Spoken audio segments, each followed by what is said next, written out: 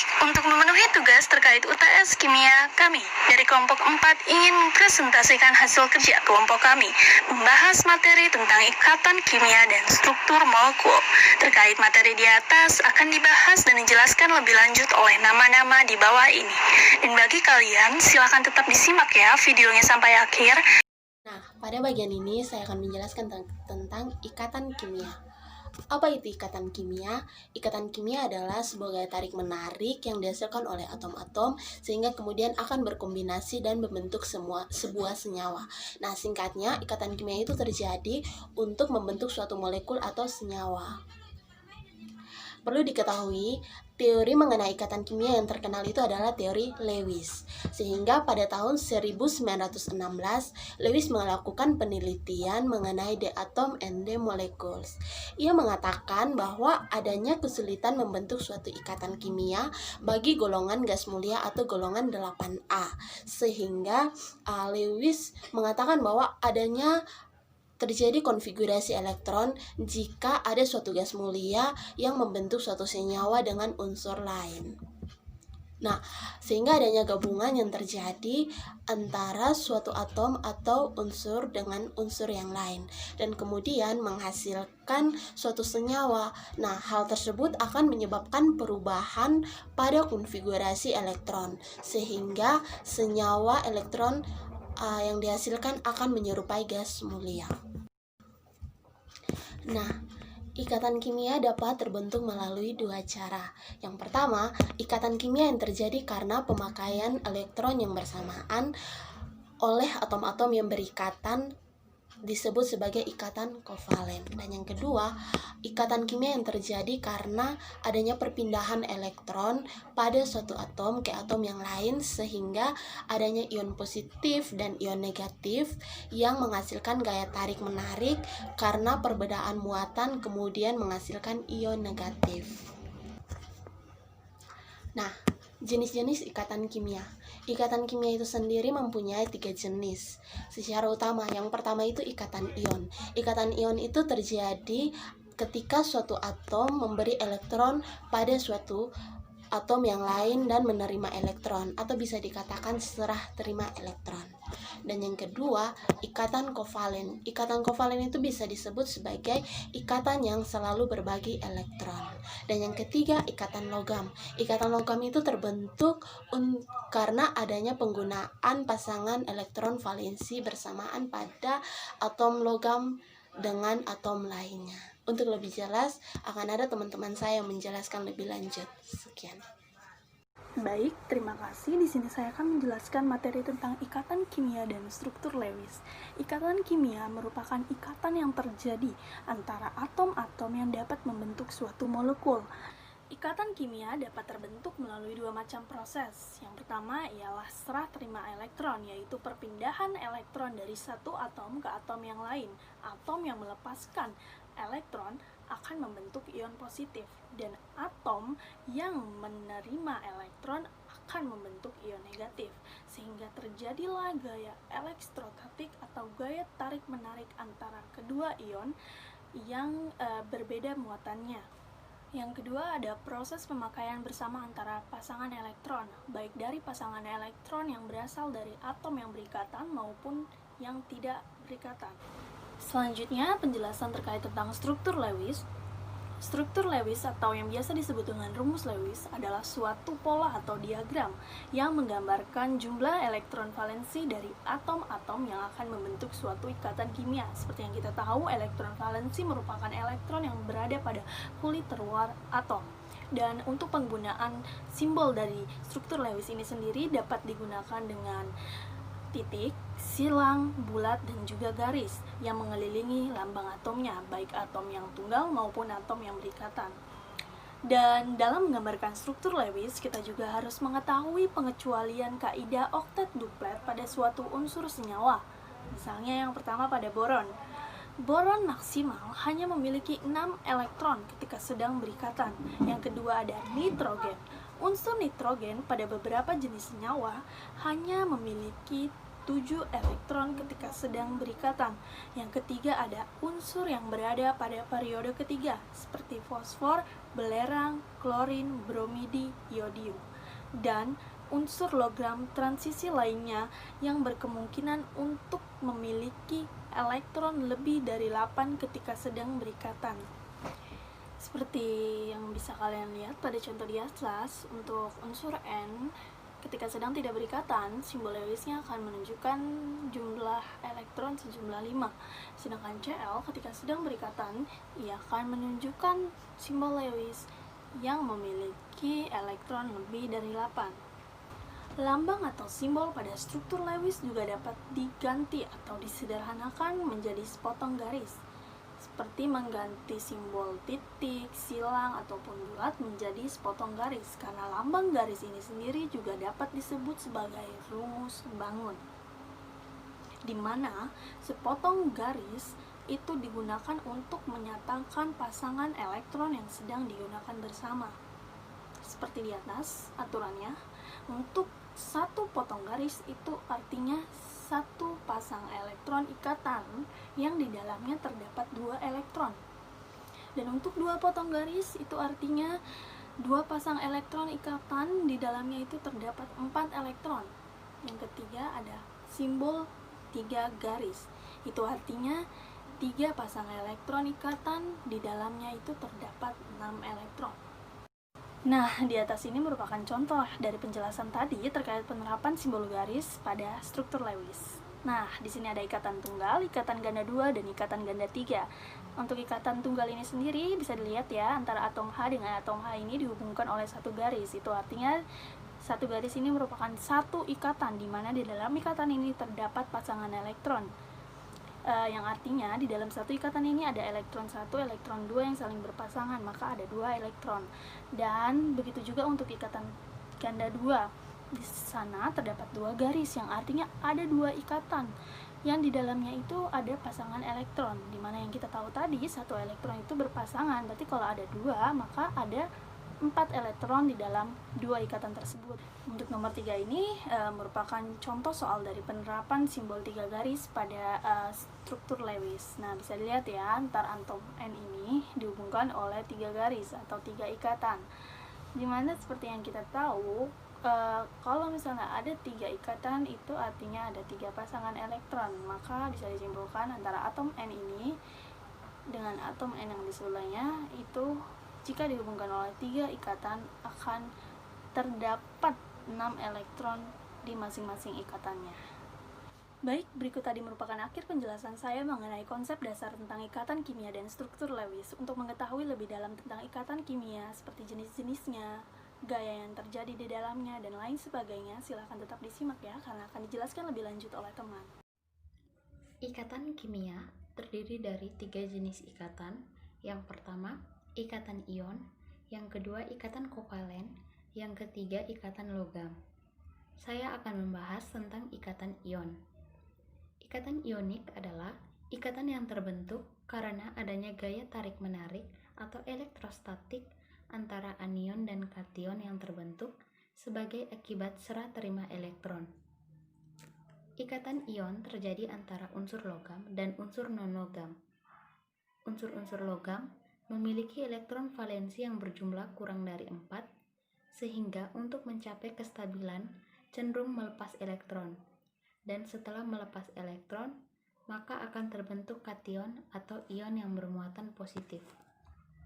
Adapun untuk unsur-unsur non-logam memiliki elektron valensi yang berjumlah lebih dari 4, sehingga untuk mencapai kestabilan konfigurasinya cenderung menerima atau menarik elektron, maka akan terbentuk anion atau ion yang bermuatan negatif. Kation dan anion yang terbentuk karena pelepasan dan penerimaan elektron ini kemudian mengalami gaya elektrostatik atau gaya tarik-menarik. Nah, gaya inilah yang disebut dengan ikatan ionik. Adapun senyawa yang terbentuk disebut dengan senyawa ionik. Contohnya, ikatan ion pada senyawa NaCl. Mari kita bahas proses terjadinya ikatan ion pada senyawa NaCl. Natrium merupakan suatu unsur dengan nomor atom 11, sehingga konfigurasinya adalah 281. Dan berdasarkan konfigurasi ini, kita dapat mengetahui bahwa elektron valensinya berjumlah 1. Suatu unsur akan bersifat stabil apabila elektron valensinya berjumlah 8. Nah, artinya unsur natrium dengan elektron valensi yang berjumlah atau supaya elektron valensinya menjadi 8, maka satu elektron valensinya ini akan dilepaskan, dan setelah melepas satu elektron, maka akan terbentuk ion bermuatan plus 1, yaitu Na+, dengan konfigurasi 28. Nah, di sisi lain, klorin merupakan suatu unsur dengan nomor atom 17, sehingga konfigurasinya adalah 287. Dari konfigurasi ini, kita dapat melihat bahwa elektron valensinya adalah 7, dan untuk mencapai kestabilan konfigurasi atau supaya elektron valensinya menjadi 8, maka klorin harus menarik satu elektron.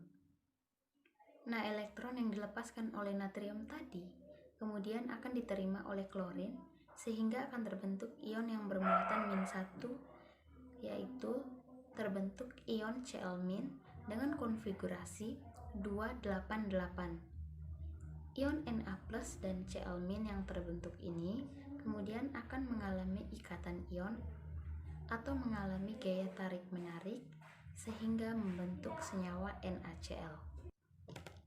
Untuk lebih memahaminya, mari kita lanjutkan dengan contoh soal.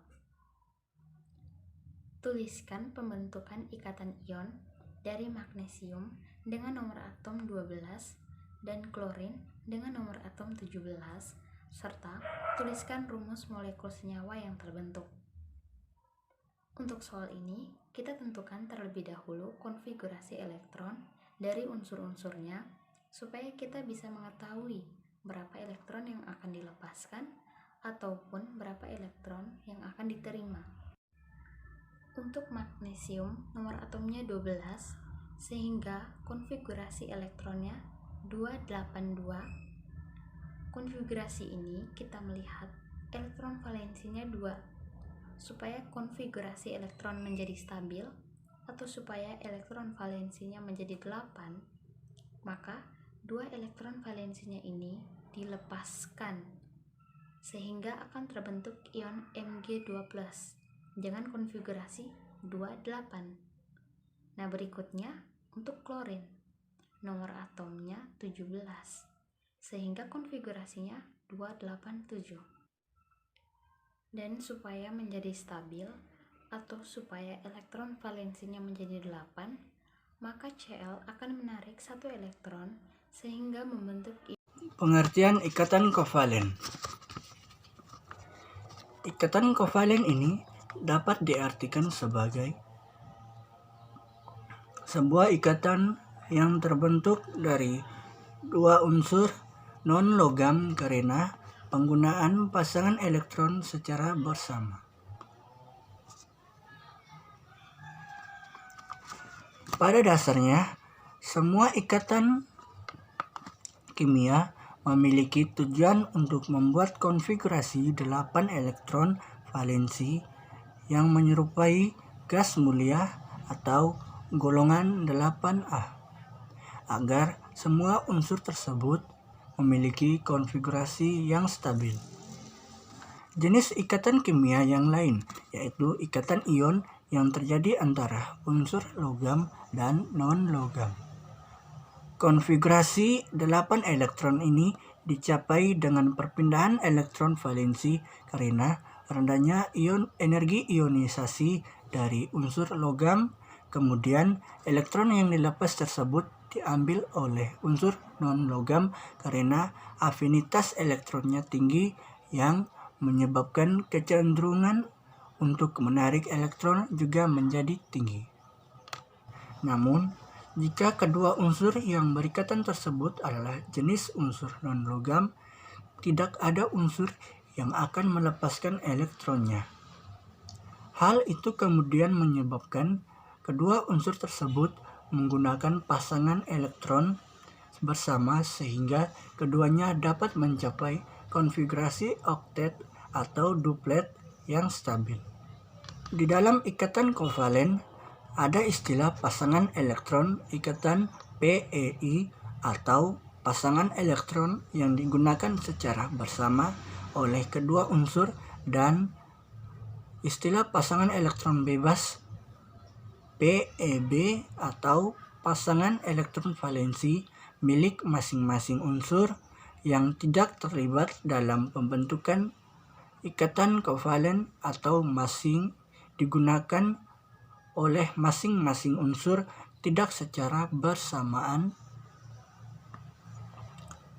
Contoh, senyawa yang dihasilkan dari ikatan kimia jenis ini adalah H2O, Cl2, H2L2, F2, Br2, CO2, dan masih banyak lagi senyawa kovalen lainnya.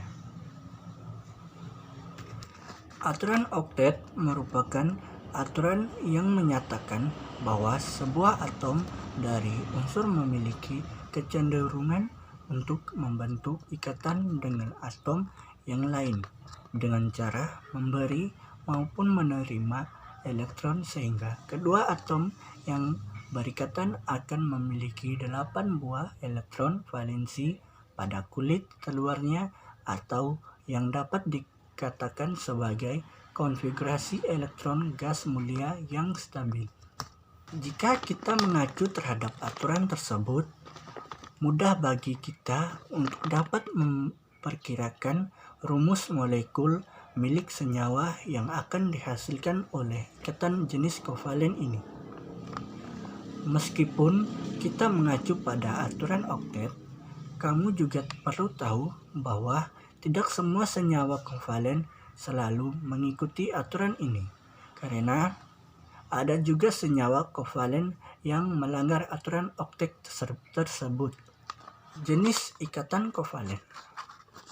Ikatan kovalen ini dapat kita bedakan menjadi beberapa jenis berdasarkan pembentukan dan juga polaritasnya. Di antaranya adalah kovalen tunggal.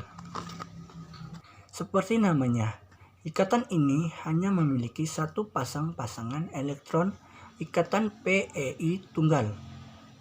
Ikatan ini umumnya juga disebut sebagai ikatan kovalen biasa. Simbol yang digunakan pada ikatan jenis ini adalah garis satu.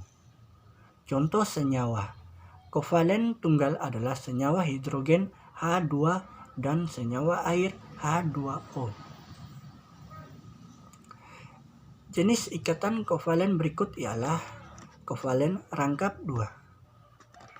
Jenis ikatan ini memiliki dua pasangan elektron ikatan PeI sama seperti namanya. Simbol yang digunakan untuk jenis kovalen rangkap 2 ini adalah garis 2. Senyawa kovalen rangkap 2 adalah karbon dioksida CO2 dan oksigen O2. Jenis kovalen berikut ialah kovalen rangkap 3. Sama halnya seperti jenis kovalen rangkap 2. Jenis ini juga memiliki pasang PeI. Untuk jenis ini, simbol yang digunakan adalah garis 3. Dengan contoh senyawa misalnya nitrogen N2. Jenis ikatan kovalen berikut ialah kovalen polar. Dalam jenis ikatan ini, pasangan elektron ikatan cenderung tertarik ke arah salah satu atom. Hal ini terjadi karena perbedaan elektronegativitas yang besar, sehingga bentuk senyawa tersebut akan menjadi asimetris dan juga mempunyai momen dipol. Biasanya jenis ikatan ini terbuat dari dua jenis unsur berbeda, namun tidak semua senyawa yang berasal dari dua unsur yang berbeda akan membuat ikatan kovalen polar. Contoh, senyawa kovalen polar adalah HF di mana unsur F memiliki elektronegatifan yang lebih tinggi sehingga membuat pasangan elektron itu cenderung tertarik ke arah unsur F kemudian membentuk dipol. Jenis ikatan kovalen berikut ialah kovalen non-polar. Berlawanan dengan kovalen polar, pasangan elektron ikatan jenis non-polar ini tertarik sama kuat ke arah unsur yang saling berikatan tersebut karena tidak ada perbedaan keelektronegatifan di antara unsur-unsur tersebut.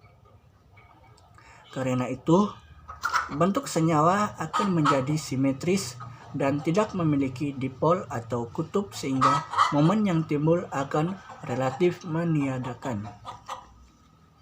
Jenis kovalen berikut ialah kovalen koordinasi.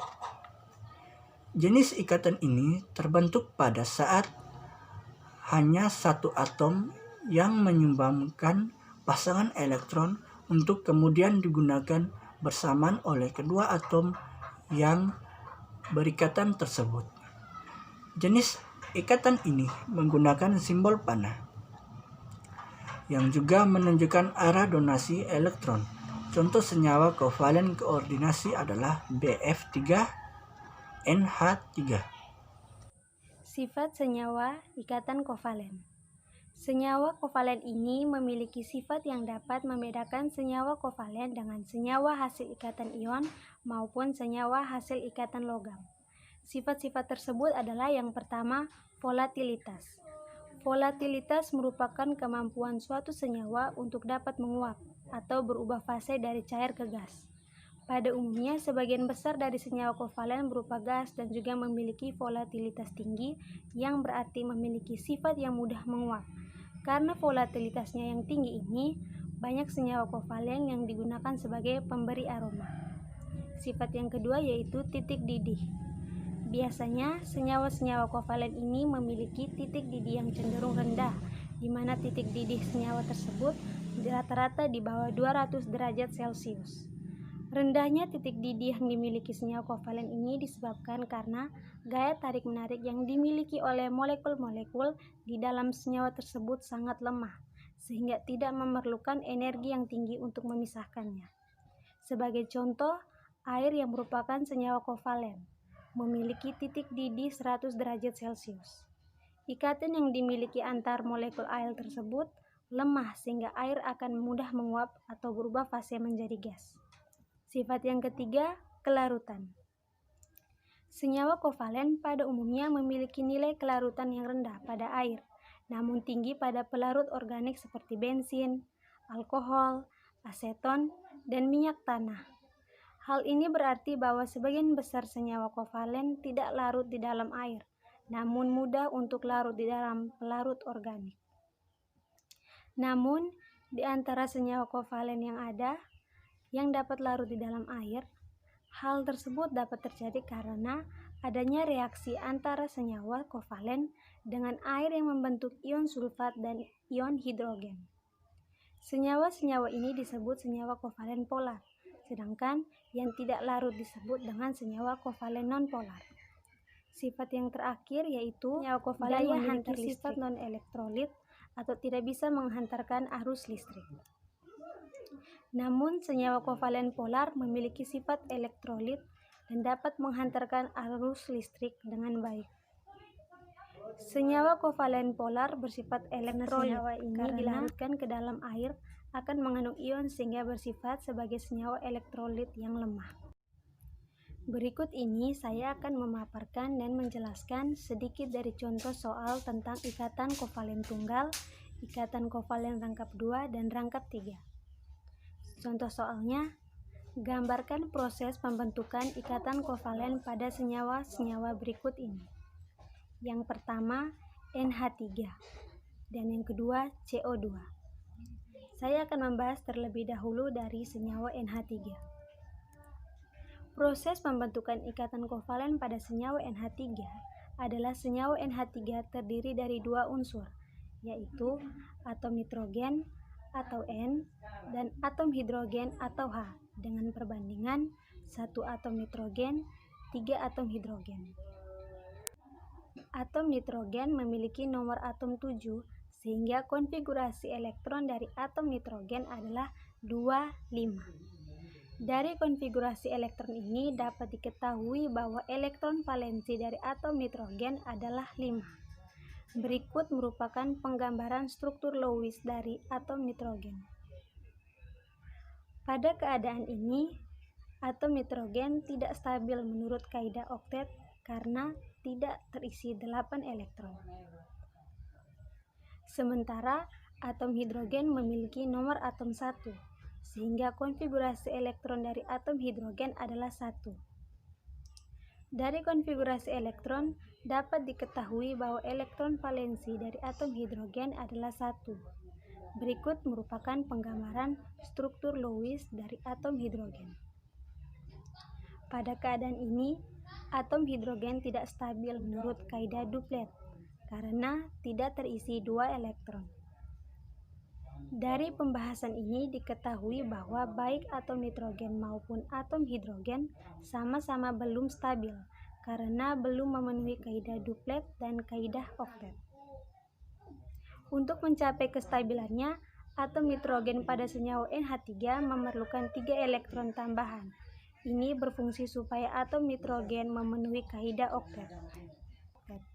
Sedangkan untuk atom hidrogen, untuk mencapai kestabilannya, atom hidrogen pada senyawa NH3 memerlukan 1 elektron tambahan. 1 elektron tambahan ini berfungsi supaya atom hidrogen memenuhi kaidah duplet. Untuk mencapai suatu kestabilan atom nitrogen maupun atom hidrogen, dapat melakukan sharing elektron atau pemakaian elektron bersama. Hal ini supaya atom nitrogen dapat mengikuti kaidah oktet dan atom hidrogen dapat mengikuti kaidah duplet. Berikut merupakan struktur Lewis senyawa NH3 hasil sharing elektron. Yang berwarna biru menunjukkan elektron valensi dari atom nitrogen dan yang warna orange menunjukkan elektron valensi dari atom hidrogen. Dari hasil sharing elektron dapat terlihat bahwa atom nitrogen telah memenuhi kaidah oktet dengan 8 elektron. Sementara masing-masing atom hidrogen juga telah memenuhi kaidah duplet dengan 2 elektron. Senyawa NH3 selain digambarkan dengan struktur Lewis, dapat juga digambarkan dengan rumus bangun. Hasilnya seperti berikut. Setiap garis menunjukkan sepasang elektron. Sekarang kita akan membahas soal nomor 2 yaitu senyawa CO2. Proses pembentukan ikatan kovalen pada senyawa CO2 adalah senyawa CO2 terdiri dari 2 unsur yaitu atom karbon atau C dan atom oksigen atau O. Dengan perbandingan 1 atom karbon, 2 atom oksigen. Atom karbon memiliki nomor atom 6, sehingga konfigurasi elektron dari atom karbon adalah 2, 4. Dari konfigurasi elektron ini, dapat diketahui bahwa elektron valensi dari atom karbon adalah 4. Berikut merupakan penggambaran struktur Lewis dari atom karbon. Pada keadaan ini, atom karbon tidak stabil menurut kaidah oktet karena tidak terisi 8 elektron. Selanjutnya, atom oksigen. Atom oksigen memiliki nomor atom 8, sehingga konfigurasi elektron dari atom oksigen adalah 2, 6. Dari konfigurasi elektron ini dapat diketahui bahwa elektron valensi dari atom oksigen adalah 6. Berikut merupakan penggambaran struktur Lewis dari atom oksigen. Pada keadaan ini, atom oksigen tidak stabil menurut kaidah oktet karena tidak terisi 8 elektron. Dari pembahasan ini diketahui bahwa baik atom karbon maupun atom oksigen sama-sama belum stabil karena belum memenuhi kaidah duplet dan kaidah oktet. Untuk mencapai kestabilannya, atom karbon pada senyawa CO2 memerlukan 4 elektron tambahan. 4 elektron tambahan ini berfungsi supaya atom karbon memenuhi kaidah oktet. Sedangkan atom oksigen untuk mencapai kestabilannya, atom oksigen pada senyawa CO2 memerlukan 2 elektron tambahan. 2 elektron tambahan ini berfungsi supaya atom oksigen memenuhi kaidah oktet. Untuk mencapai suatu kestabilan atom karbon maupun atom oksigen, dapat melakukan sharing elektron atau pemakaian elektron bersama. Hal ini supaya atom karbon dan atom oksigen dapat memenuhi kaidah oktet. Berikut merupakan struktur Lewis senyawa CO2 hasil sharing elektron. Yang berwarna biru menunjukkan elektron valensi dari atom karbon, dan yang berwarna orange menunjukkan elektron valensi dari atom oksigen. Dari hasil sharing elektron dapat terlihat bahwa atom karbon telah memenuhi kaidah oktet dengan 8 elektron.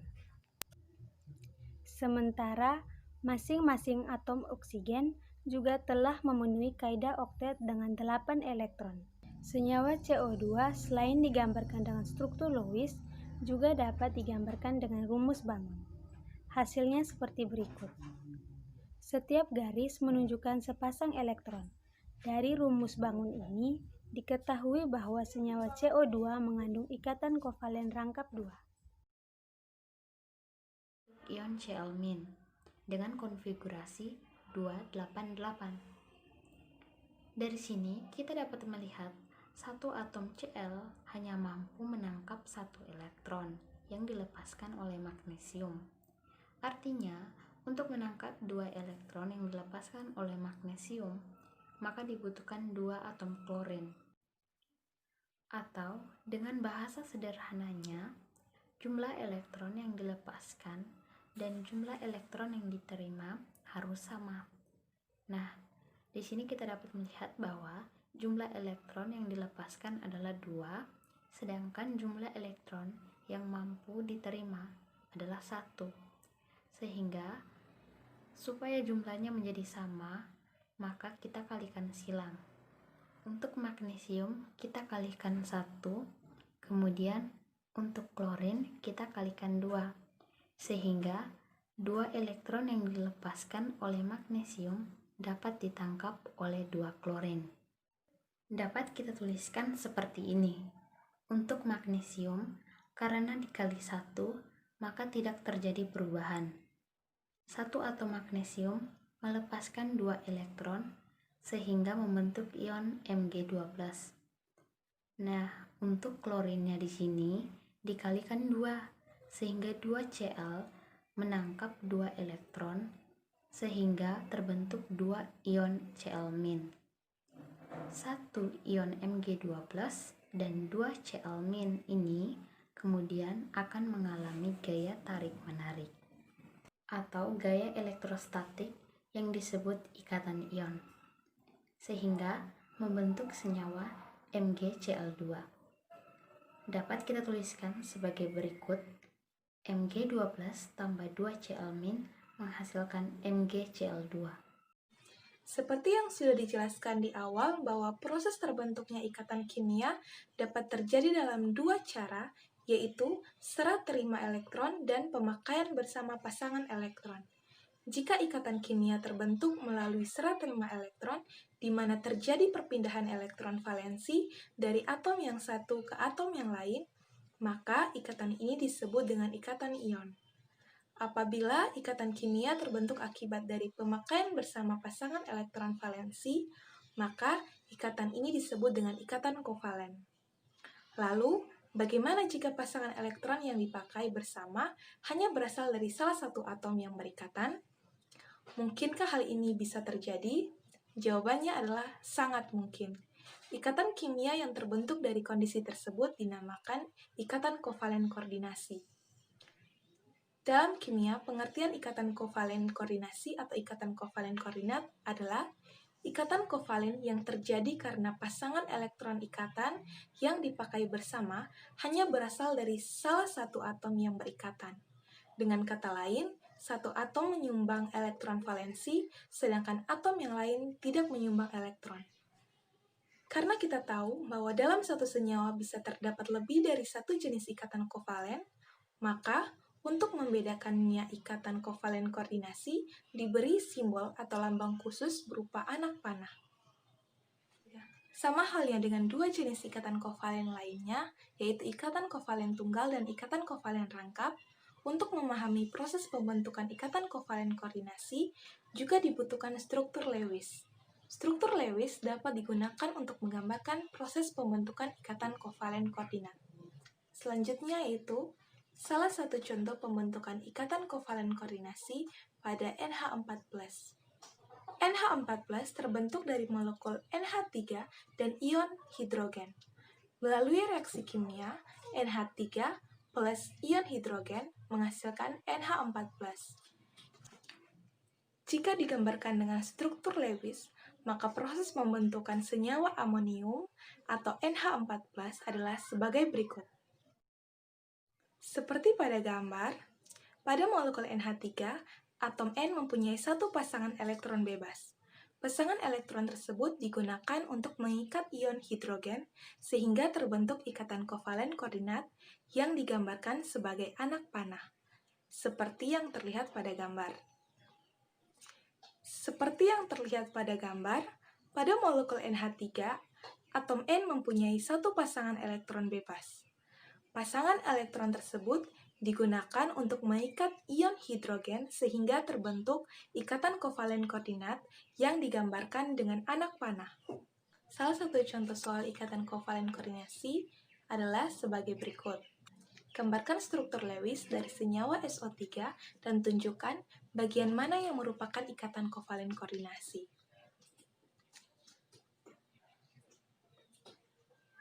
Penyelesaiannya yaitu, pada senyawa SO3, atom S mengikat 3 atom O. Konfigurasi elektron dari dua unsur penyusun senyawa tersebut adalah sebagai berikut seperti pada gambar. Nah, untuk mencapai konfigurasi oktet, atom S kekurangan 2 elektron, demikian juga atom O.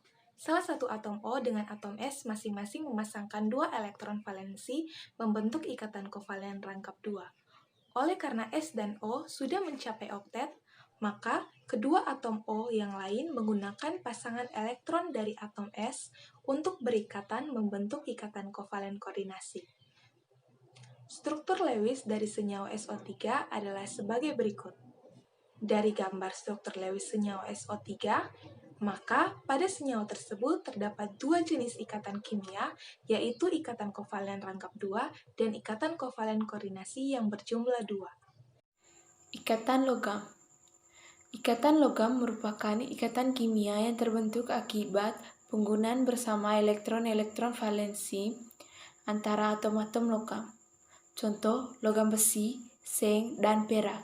Ikatan logam juga merupakan tempat elektron valensi dari suatu atom besi atau Fe dapat saling tumpang tindih dengan tempat kedudukan elektron valensi dari atom-atom Fe yang lain. Tumpang tindih elektron valensi yang dimaksud, misalkan atom Fe bergerak bebas dalam ruang di antara ion-ion Fe+, membentuk larutan elektron. Karena muatannya berlawanan Fe2+ dan 2e-, maka terjadi tarik-menarik antara ion-ion Fe+ dan elektron-elektron bebas ini.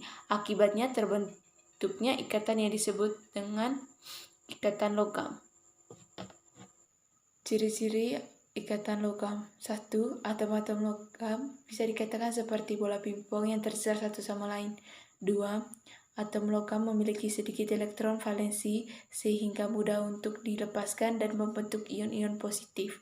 3. Kulit terluar dari atom logam relatif longgar sehingga elektron bisa berpindah dari satu atom ke atom lainnya. 4. Mobilitas elektron dalam logam sedemikian bebas sehingga elektron valensi logam mengalami suatu delokalisasi atau elektron valensi yang tidak tetap posisinya. 5. Elektron-elektron valensi logam membaur membentuk awan yang menyelimuti ion-ion positif logam. Adanya ikatan logam menyebabkan logam bersifat 1. Sifat mengkilap logam. 2. Konduktor listrik. 3. Konduktor panas. 4. Dapat ditebak. Reaksi senyawa logam. Contohnya NaOH menghasilkan Na plus tambah OH min, Na plus sama dengan natrium, OH min sama dengan hidroksida. Kedua, CaOH2 menghasilkan Ca2 plus tambah 2 OH min. Ca2 plus sama dengan kalsium, 2 OH min sama dengan hidroksida. Memprediksi jenis ikatan. Untuk memprediksi jenis ikatan yang terdapat dalam suatu senyawa, perlu diperhatikan jenis atom-atom, pembentuk ikatannya, persenyawaan yang melibatkan atom-atom logam terutama golongan Ia dan IiA mengindikasikan jenis-jenis ikatan ion, sementara itu persenyawaan yang hanya melibatkan atom-atom non-logam mengindikasikan jenis ikatan kovalen. Oleh karena itu sangat penting mengetahui letak suatu unsur pembentuk senyawa dalam tabel periodik. Dalam tabel periodik unsur hal ini untuk mengetahui jenis unsur logam atau non-logam. Yang berikut contoh soal. Tentukan jenis ikatan yang terdapat dalam senyawa berikut. A. NaOH, B. Na2SO4, C. C2H5OH, D. KNO3, E. NH4OH. Penyelesaian. A. Atom 11Na tabel periodik untuk unsur terletak pada periode 3. Golongan Ia dan termasuk unsur logam dengan elektron valensi 1. Atom 8O dalam tabel periodik unsur terletak pada periode 2. Golongan Fia dan termasuk non-logam dengan elektron valensi 6. Dalam NaOH terdapat ikatan ion antara Na dan OH serta ikatan kovalen antara O dan H seperti pada gambar berikut. Yang B, dalam Na2SO4 terdapat ikatan ion antara Na dan SO4, ikatan kovalen serta kovalen koordinat antara S dan O seperti pada gambar di bawah ini. Yang C, dalam C2H5OH hanya terdapat ikatan kovalen karena C, H, dan O merupakan unsur non-logam atau En kecil. Atom 6C terletak pada periode 2 golongan IFA non-logam dan elektron valensi 4. Atom 8O terletak pada periode 2 golongan Fia non-logam dan elektron valensi 6 seperti pada gambar berikut. D. Atom 19K dalam tabel periode unsur terletak pada periode 4 golongan Ia dan logam dengan elektron valensi 1. Atom 7N dalam tabel periode unsur terletak pada periode 2 golongan Fa dan KNO3 terdapat ikatan ion antara K dan NO3. Ikatan kovalen dan kovalen koordinat antara N dan 0 seperti pada gambar berikut. Atom 7N. Yang E, atom 7N dalam tabel periodik unsur terletak pada periode 2 golongan Fa dan non-logam dengan elektron valensi 5. Dalam NH4OH terdapat ikatan ion antara NH4 dan OH. Ikatan kovalen antara N dan H serta kovalen koordinat antara NH3 dan H seperti pada gambar berikut. Selanjutnya, saya akan menjelaskan materi ikatan kimia tentang bentuk molekul menurut teori VSEPR. Sebelum kita masuk ke teori VSEPR, kita harus mengetahui apa itu bentuk molekul. Jadi, bentuk molekul itu sendiri didefinisikan sebagai bentuk geometri yang terjadi jika inti atom yang saling berikatan dalam suatu molekul dihubungkan dengan suatu garis lurus. Bentuk molekul senyawa kovalen ditentukan oleh susunan ruang pasangan elektron di sekitar atom pusat. Bentuk molekul senyawa kovalen dibedakan berdasarkan dua teori, yaitu yang pertama teori domain elektron atau VS-EPR dan yang kedua teori hibridisasi. Selanjutnya, kita harus mengetahui bunyi dari teori VS-EPR. Teori VS-EPR menyatakan jika pasangan elektron ikatan atau PEI dan pasangan elektron bebas atau PEB tolak-menolak, sehingga tiap-tiap pasangan elektron cenderung berjauhan satu sama lain untuk meminimalkan atau mengurangi gaya tolakan tersebut. Gaya tolak-menolak antara dua pasang elektron dipengaruhi oleh jarak antara kedua pasangan elektron tersebut. Oleh karena itu, bentuk molekul dipengaruhi susunan ruang pasangan elektron ikatan atau PEI dan pasangan elektron bebas atau PEB pada atom pusat suatu molekul. Bentuk molekul berdasarkan teori VS-EPR yaitu tetrahedron, piramidal trigonal, planar bentuk V, bipiramidal trigonal, dan lain-lain.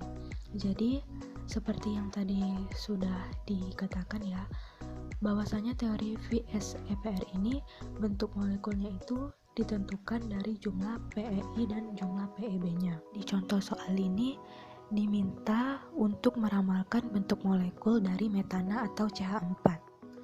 Baik, di sini teori pertama yang akan kita gunakan adalah teori VS-EPR. Pada teori VS-EPR, langkah pertama yang dapat kita lakukan adalah menentukan konfigurasi elektron atom C.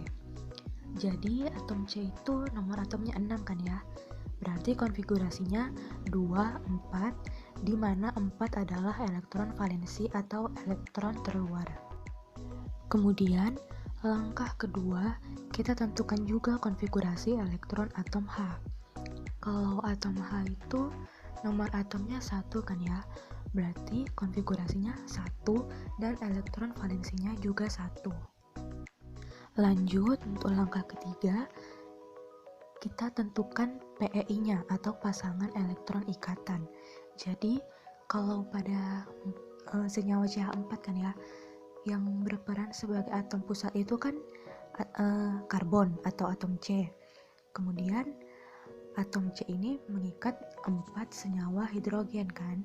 Berarti dari sini dapat kita ketahui bahwasanya jumlah PEI-nya adalah 4. Sesuai dengan jumlah atom H yang berikatan dengan atom C. Kemudian untuk langkah yang keempat, kita tentukan PEB-nya atau pasangan elektron bebas. Nah, untuk menentukan PEB ini, kita dapat menggunakan rumus elektron valensi atom pusat dikurang PEI per 2. Nah, jadi tadi kan udah kita ketahui kalau elektron valensi atom pusatnya itu 4 kan ya, dan PEI-nya 4. Berarti kalau kita masukkan nilainya, kita dapat PEB-nya sama dengan 0. Lalu langkah terakhir, setelah kita dapatkan PEI-nya dan PEB-nya, maka sudah bisa ya kita masukkan ke notasi AXNEM. Berarti kan tadi kan sudah disebutkan kalau N itu jumlah PEI dan M adalah jumlah PEB. Berarti kalau PEI-nya 4 dan PEB-nya 0, notasinya menjadi AX4, di mana AX4 itu berbentuk tetrahedral. Hibridisasi. A. Pengertian hibridisasi. Hibridisasi adalah serangkaian proses penggabungan orbital dari suatu atom dengan atom lain ketika terjadinya pemaknaan ikatan kimia sehingga mencapai energi yang lebih rendah atau kestabilan yang tinggi.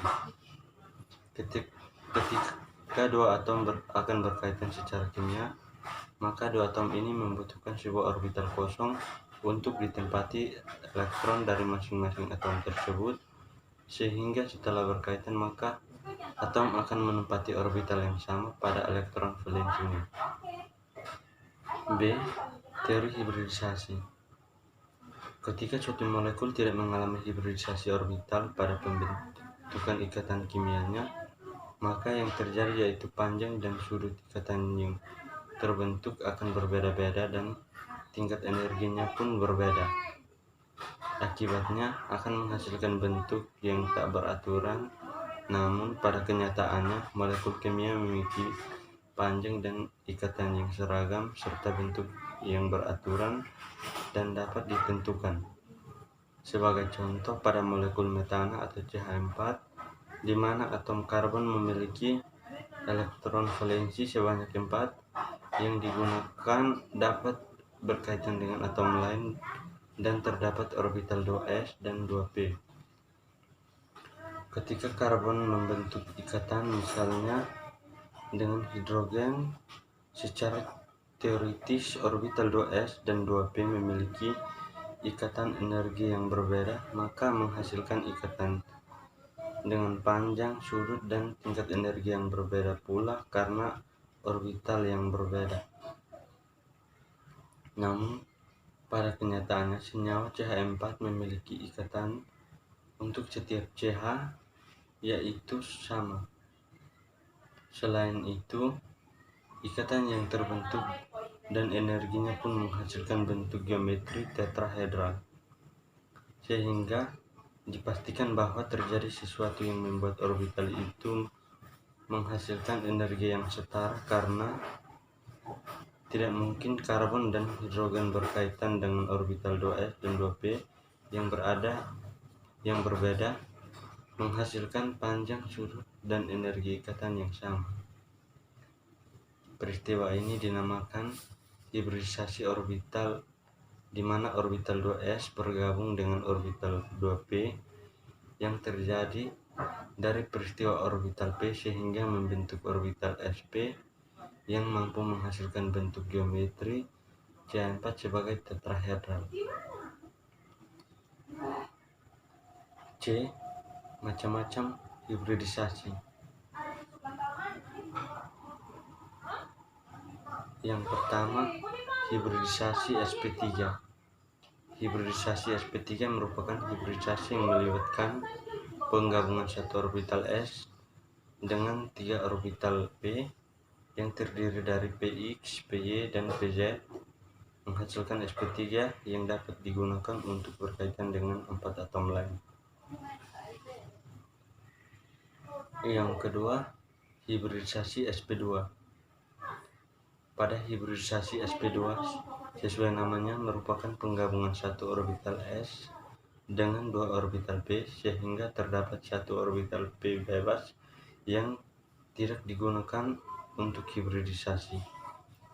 Hibridisasi sp2 menghasilkan jenis ikatan rangkap 2 sehingga kekuatan ikatannya lebih tinggi daripada ikatan tunggal dan panjang ikatan yang dihasilkan juga lebih pendek. Yang ketiga, hibridisasi sp. Hibridisasi sp merupakan penggabungan antara satu orbital s dengan satu orbital p sehingga terdapat 2 orbital p bebas yang digunakan. Hibridisasi sp menghasilkan jenis ikatan rangkap 3 karena terdapat 2 orbital p bebas yang masing-masing menghasilkan ikatan pi dengan orbital atom lain sehingga secara keseluruhan hibridisasi ini memiliki satu ikatan sigma dan 2 ikatan pi. D. Proses terjadinya hibridisasi. Yang pertama, keadaan dasar atau ground state. Dalam keadaan dasar, semua atom memiliki konfigurasi elektron seperti pada umumnya. Pada kondisi ini, tingkat energi dari masing-masing orbital berbeda dan relatif lebih tinggi sehingga kurang stabil. Yang kedua, eksitasi atau promosi elektron. Pada tahap eksitasi atau yang disebut dengan promosi, salah satu elektron dari orbital 2s akan terdeteksi menuju orbital kosong 2p karena pada orbital 2p masih terdapat satu orbital kosong. Dengan hal tersebut, maka semua orbital yaitu 2s dan 2p terpenuhi oleh elektron dengan masing-masing terisi 1 elektron. Yang ketiga, hibridisasi. Tahap terakhir yaitu hibridisasi atau penggabungan antara orbital di mana sp3, maka orbital 2s akan bergabung dengan 3 orbital p membentuk sp3 dan seterusnya. Dengan adanya penggabungan tersebut, maka didapatkan level energi yang lebih rendah dan setara untuk keempat jenis orbital. Hal itu yang menyebabkan panjang ikatan sudut ikatan dan energi ikatannya sama. Contoh molekul dengan hibridisasi orbital. Yang pertama, metana atau CH4. Seperti yang telah dijelaskan di awal bahwa senyawa metana memiliki hibridisasi sp3 yang menyebabkan tiap ikatan CH memiliki panjang sudut dan energi ikatan yang setara. Molekul CH4 umumnya memiliki sudut ikatan 109,5 dengan bentuk geometri tetrahedral. Hal itu merupakan hasil hibridisasi orbital yang terjadi pada atom karbon tersebut. Yang kedua, etilena atau C2H4.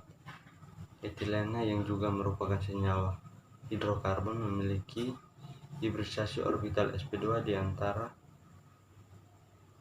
atom C. Pada senyawa tersebut dihubungkan melalui ikatan rangkap 2 yang terdiri dari 1 ikatan sigma dan 1 ikatan pi. Selain mengikat karbon lain, karbon pada senyawa etilena juga mengikat 2 atom hidrogen dengan sudut ikatan yang sama yaitu 120. Akibatnya didapatkan bentuk geometri berupa pelamar atau datar pada senyawa etilena ini. Yang ketiga, asetilena atau C2H2. Berbeda dengan kedua atom di atas, asetilena merupakan senyawa hidrokarbon dengan ikatan rangkap 3 yang terdiri dari 1 ikatan sigma dan 2 ikatan pi. Hal ini akibat dari hibridisasi orbital yang merupakan hibridisasi sp sehingga menghasilkan 2 orbital p bebas.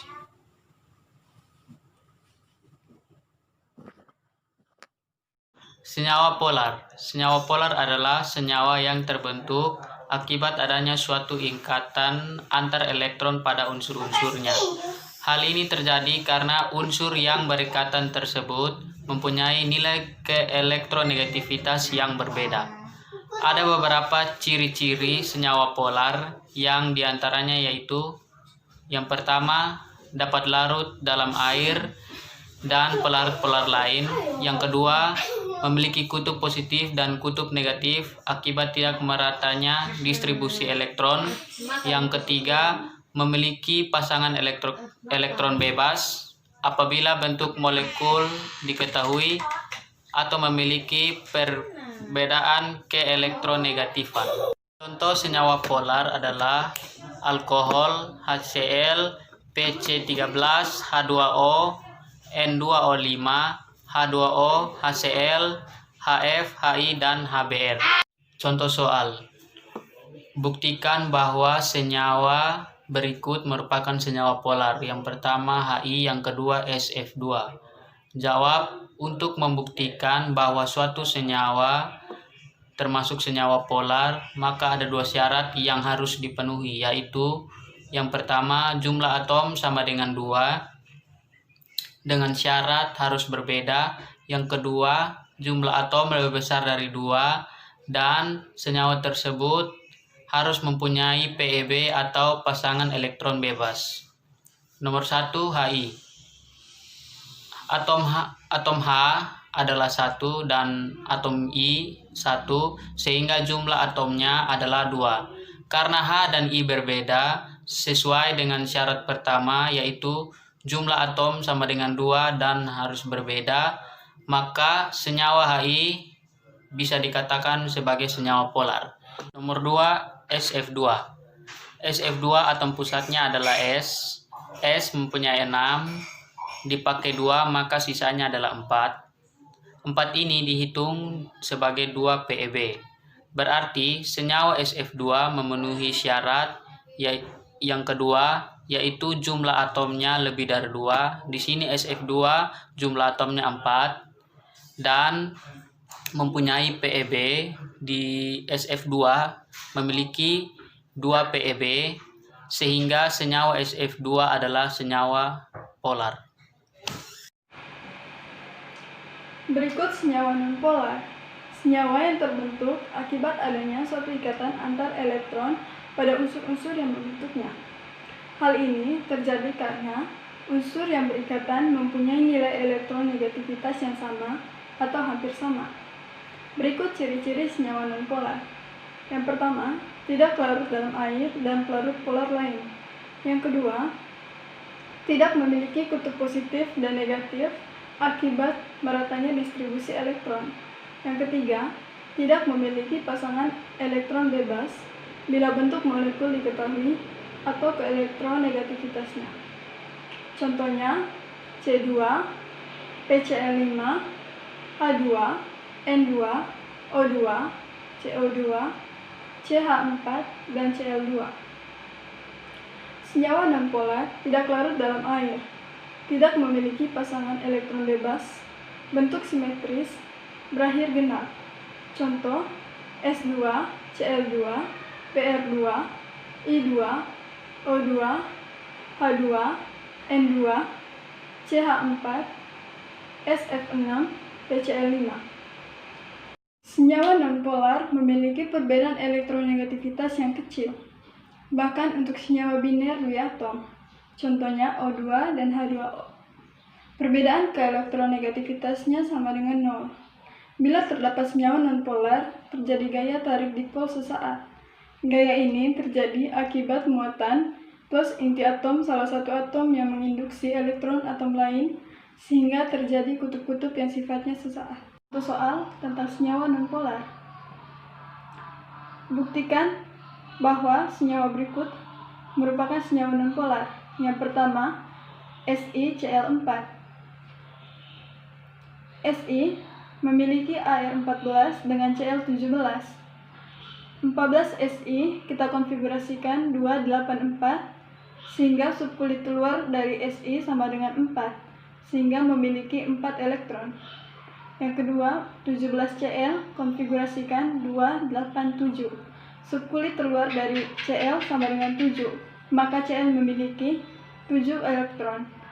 Karena atom pusat tidak memiliki pasangan elektron bebas, maka senyawa dari SiCl4 termasuk senyawa nonpolar.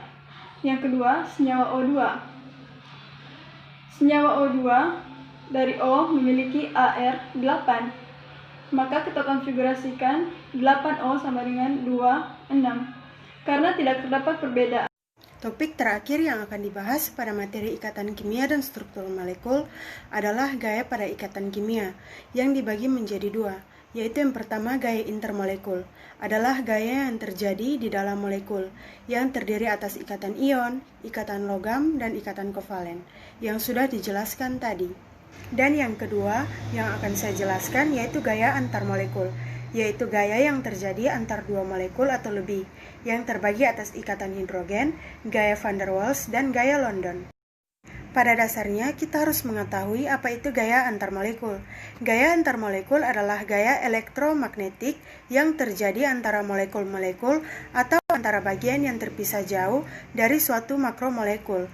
Gaya antar molekul ini memiliki sifat tarik-menarik dan juga tolak-menolak antar molekulnya. Ketika dua molekul berdekatan, gaya tolak antar muatan yang sama akan timbul dan semakin tinggi energi tolaknya. Oleh karena itu, akan dibutuhkan energi yang lebih tinggi. Penelitian gaya antar molekul bermula dari pengamatan makroskopis yang menunjukkan adanya aksi gaya-gaya pada tingkat molekul atau mikroskopik. Yang pertama, ikatan hidrogen, yaitu ikatan yang terbentuk antara atom H dengan atom yang memiliki sifat keelektronegatifan yang tinggi. Di sini yaitu fluor, oksigen, dan nitrogen yang memiliki keelektronegatifan yang tinggi. Misalnya di sini terdapat gambar 2 molekul H2O, maka ikatan hidrogen bisa terjadi antara atom O dan atom H yang berbeda molekul, maka ini disebut ikatan hidrogen.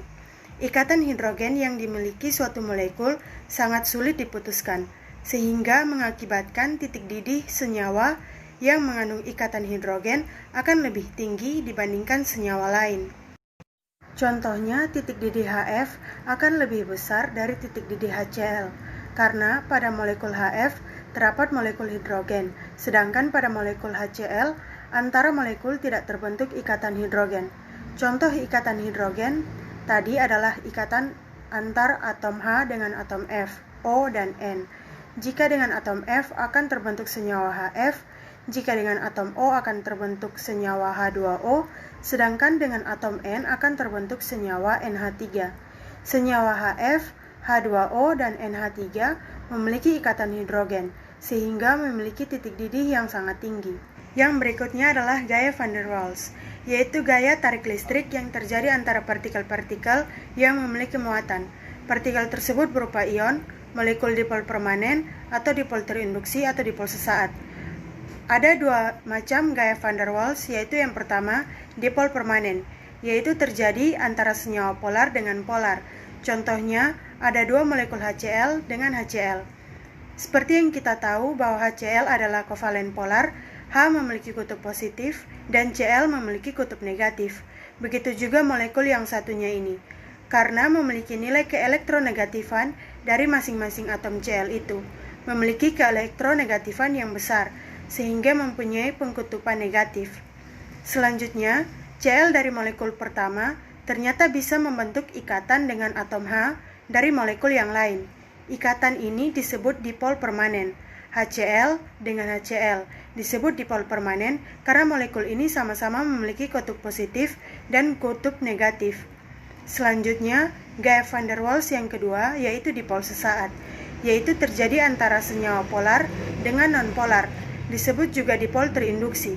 Perhatikan contoh terdapat ikatan polar H dengan Cl.